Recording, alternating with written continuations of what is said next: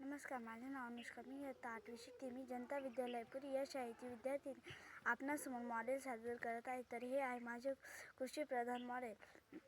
ह्यामध्ये दाखवले आहे कालची शेती, आजची शेती आणि उद्याची शेती. कालची शेती म्हणजे आपल्या आजोबांनी केलेली शेती. त्यावेळेस बैलांच्या मदतीने नांगर चालत पावसाच्या पाण्यावरती अवलंबून राहायचे आणि सर्व काम हातानेच करायचे. ती शेती खूप मेहनती होती. माझ्या आजोबांनी सुद्धा अशी शेती केली आहे. त्यांचे कष्ट आणि जमिनीवरील प्रेम मला आजही प्रेरणा देतात.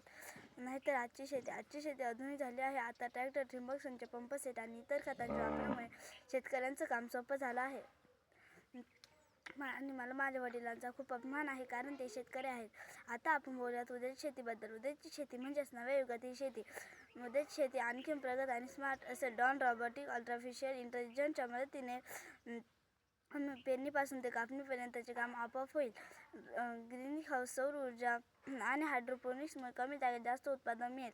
यामुळे शेतकरी आत्मनिर्भर आणि आनंदी बनेल. चला आपण सर्व मिळून एक विकसित भारत घडवूयात. आणि धन्यवाद.